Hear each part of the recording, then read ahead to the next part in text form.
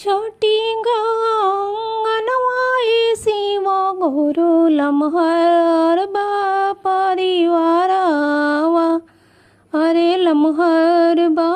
परिवारवा कहवा कराई में शिव गुरु राउरी हो चार चावा अरे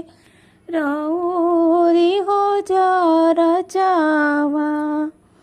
गाँव के पूर्व शिशिया हमार हो मंदिरावा अरे हमार हो मंदिरावा ओ जे करैया शिशिया हमार हो चार चावा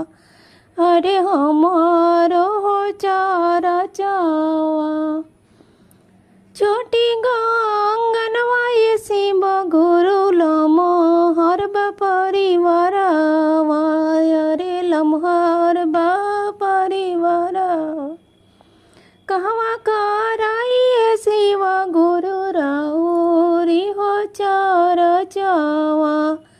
अरे राउरी हो चार चावा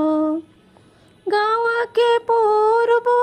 शिशिया काली माई के मंदिरिया अरे देवी माई के मंदिरिया